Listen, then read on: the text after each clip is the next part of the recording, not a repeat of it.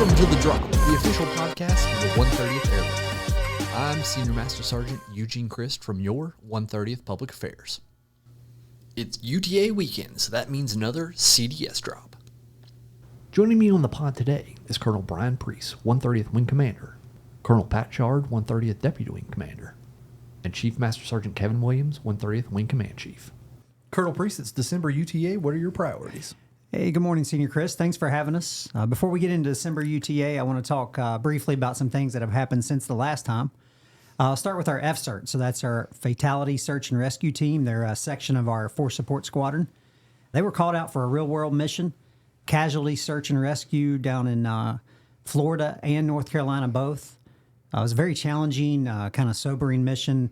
A lot of hard work for those folks. Had about a 10-person team that went, and I just want to congratulate them and thank them for what they did. Great volunteer spirit. It was. They really stepped up, and they were really excited to go and really motivated. It was it really lifted me up watching them as they were getting ready to go out the door. Absolutely. Yeah, it was impressive what they did. A couple other things that went on. Signed a new partnership with the Gabon, and I know Colonel Chard is going to talk about that, but a new state partner. We traveled over to that African nation to sign that agreement, and that was good for the state and the National Guard. And then the last thing, the state of the state. So leadership from the 130th Airlift Wing and the 167th in Martinsburg, along with our state National Guard leadership, traveled to the National Guard Bureau, the Air National Guard Readiness Center, and we kind of advocate on behalf of each wing for what we need.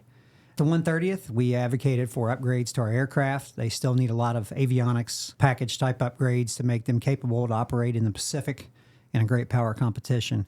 We advocated for a new squadron operations facility, a new SURF, funding for new SURF offices and new SURF storage, and then just general O&M funding for basically our daily operating costs.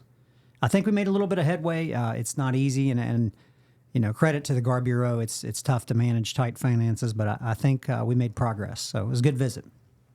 Get into this drill. Like every drill, a lot going on. A little bit unique type of a drill with Christmas, but we'll start with Saturday morning. We have a retirement for Chief Tim Gibson. I believe that's at 10 o'clock. Chief Gibson is a maintenance, long-time career in maintenance, outstanding man, outstanding maintainer. So I want to congratulate and thank him, and I'll be up there to wish him well at his retirement. Saturday evening, we have a Christmas dance. We sold a lot of tickets, more than the minimum, so that's great. Seems to be a fantastic time to fellowship kind of outside of the military structure, so I hope everyone has a great time and enjoys themselves at that event. Then getting into Sunday morning, we have the safety stand-up. So many of you may have heard of a safety stand-down, which is where you basically you stop operations for a day or even a week, stop flying operations and anything else that's going on to focus on safety. Well, a safety stand-up is similar, except you just don't stop operations. We'll take probably about an hour and a half for each group in each section. The briefing will be tailored to what your section does, but it'll be about risk management. In the Air Force and in the 130th Airlift Wing, we have to, risk is part of what we do, but we have to ensure that we manage that risk. And hopefully we can learn something during the brief and be safer from it. I think our safety reps who will be conducting the brief are well prepared, so I'm looking forward to that. Sunday afternoon, we have our Christmas lunches.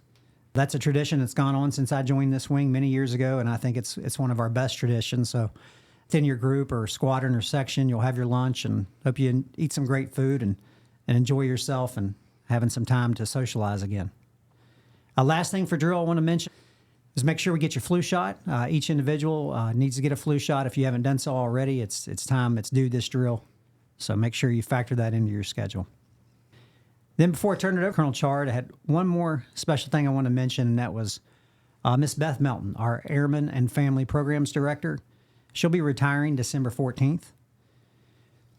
Most of you know Beth has battled cancer for the last few years and battled valiantly, and while doing so, continued to just completely excel as our Family Programs Director. She is going to be sorely missed. She's one of the best we've ever known, so I say thank you to Beth, and I hope if you all get the chance, any of you listening, if you see her this weekend, please thank her for her service to the wing. Absolutely. We will hold a retirement ceremony for Beth. It'll be in January drill. More to come on the time and location for that, but Beth will be appropriately recognized for her service. That's all I have, and Colonel Chard, it's all yours. I can't think of anyone that's been more resilient, has displayed more strength through such adversity than Beth Melton. I agree. I tell her and other people she's the toughest person I know. She absolutely is, and the contributions that she's made to this wing, individual airmen, their families, retirees, has been immeasurable during her tenure here. It's going to be a sad day as we do her retirement, but gosh, the amount of love that she has shown us collectively, it's just been immense, and we owe it to honor her appropriately. Yeah. Absolutely. I'd like to also add my congratulations to Chief Gibson on his retirement. Timmy, what a character, right? we always, the three of us, we talk about characters that have come through this organization over time, and Timmy is certainly one of those. I'm going to add one thing to the state of the state, sir, and I want to give you credit for this so that our airmen know that, you advocate for them heavily. And that is the discussion on bonus payments. Mm-hmm. The Air National Guard is really behind paying bonuses that are due for our airmen for enlistments, re-enlistments, retention bonuses, etc.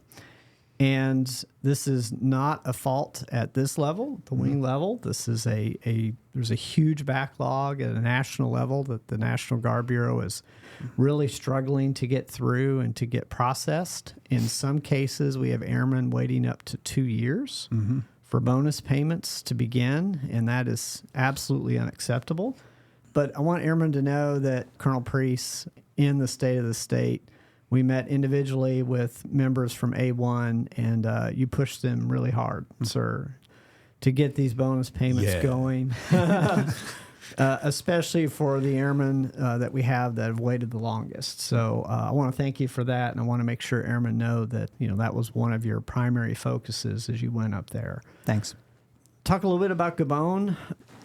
Wow. So Colonel Preece and I had the pleasure to go over and represent the wing, along with the state leadership team, Major General Crane, with the signing ceremony with our Gabonese partners. I'll tell you, it absolutely exceeded my expectations all the way around. We talk about SPP periodically. We have really good partners in Peru and in Qatar. Airmen that have gone on SPP engagements with Peru and Qatar have always had positive or memorable things to talk about.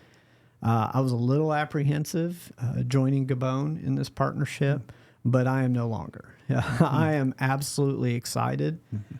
Certainly Peru and Qatar, they're good hosts for us whenever we visit. I've always enjoyed every engagement we've had, but our Gabonese partners this go around absolutely rolled out the red carpet. Not just from a Ministry of Defense standpoint, but the entire government. The U.S. Embassy there in Libreville really put in a huge effort in supporting this. Our partners there with AFRICOM came down and provided representation at a senior leader level. And oh my gosh, the friendly smiles, the warm greetings that we received, the red carpet treatment from beginning to end, the beautiful scenery that we saw. It's a very tropical place. I know we can help our Gabonese partners, and I know that they are eager for our assistance and our help. And I also know it is an area of the world that we are in great strategic competition. And to highlight that, one of the events that Colonel Preece and I attended was a reception at the U.S. Ambassador's house that probably had, 150 people or so at it. It wasn't just U.S. and Gabonese folks that were there. We also had representatives from other nations, French partners, really good conversations with some of those individuals.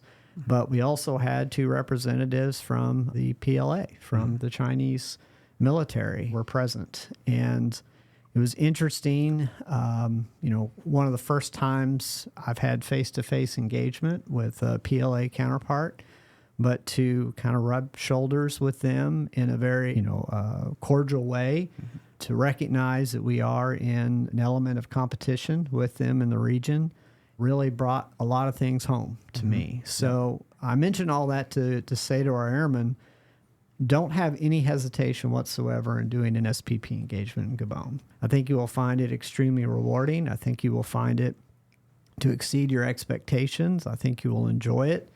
I know that it will contribute greatly to diplomacy and to advancing the interests of our nation. So just want to encourage folks to do that. Agreed. Chief. Good morning, everyone. I too want to wish Chief Timmy Gibson well in retirement. We go way back. How far back, Chief? Back, I think. Before the internet. Yeah. You don't have to answer that, Chief. You're not wrong. I'm afraid I'm going to miss someone, but I believe I'm correct when I say that me and Timmy Gibson and Herb Welch are the last of the Desert Storm deployers. Wow. So we go back a little bit before that. Wow. So I just want to wish him well. It is kind of a busy weekend, and I'm kind of excited about it because I don't know that all the time in the back seat going back and forth with you guys to D.C. can be kind of antsy. I need something to do. But first, I want to just talk about the Christmas dance. It is an opportunity for us to have a good time, and I just want to remind everyone to make good choices, make good decisions. Absolutely. Chief Evans is going to have a team of designated drivers, and there's no penalty if you say, hey, I sure could use a driver. I intend to join that team and help out if necessary, because I just want to let everyone know that be smart. We can have fun. It's even funner if you're smart. Absolutely. I myself, I'm going to smoke about 30 pounds of wings for the wing staff this weekend. All I'm right. excited about that. I want to get that done somewhere along the lines. And then administratively, I just want to remind everyone about a few things. One is I mentioned last month my intent to retire. It's kind of bittersweet. I love this wing. So grateful for all the opportunities I've been given. But when it's time, you know it's time. And my vacancy announcement has been released. It closes on 31 December. So I just want to encourage the chiefs to take a gander at that and, gosh, apply. I don't think Colonel Preece you've seen any yet, have you? Not yet. Yeah. So, gosh, and if you want to know about the job and just talk generally about it, I'm happy to have any discussions that folks want to have.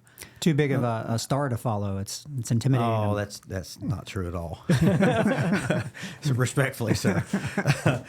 Reminder to everyone, your Outstanding Airman of the Year packages are due by close of business on January UTA, to include step packages. So if you have a DSG who's the sole occupant of a position, they understand that if they don't find a new home within 3 years, they would accept retirement. We encourage you to nominate folks for step, either E8 or E9. Gosh, Merry Christmas, everyone. I want to leave you. I want to leave you with this last thing. I'm not a DPH and I'm not a chaplain. These guys call me pastor, but that's not really true either. But I was thinking about yesterday. You are always ministering to us. You know this, right? I'm going to try again. I'm going to try again right now, just to share. These are just my thoughts, and if the professionals out there say I got it wrong, they can come and tell me I got it wrong. But Christmas can be a hard time. Absolutely. I look at For a lot of people. Yeah, the holidays can be rough. I watch things in my house and my wife. I notice that she misses her grandpa and she misses the annual trips to her grandpa's house, and so that my kids could interact with their great grandpa, and movies, memories come up, and we talk about. She goes, "That's just sad. You know, he's no longer with us." I think about the time with my dad and my uncles and those times, and it's kind of sad when I reflect on them, you know. And I've concluded that it's okay to celebrate and it's okay to be sad Yes. during the same season. Both can coexist. We can Yes. make time for both of those, and I believe we're better off if we do. Yes. If we do. And so I just wanted to share that with the wing, and I hope folks consider it. Merry Christmas, everyone. Thank you. Thanks, Merry Chief. Christmas. Gentlemen, thank you for your time. Thank you. And that's going to do it for this episode of The Drop. For more information about the 130th Airlift Wing, visit us on the web at www.130aw.ang.af.mil. Additionally, you can find us on all major social media platforms. Lastly, you can see us in the skies delivering freedom with courage. This is Senior Master Sergeant Eugene Christ reminding you to stay ready to go.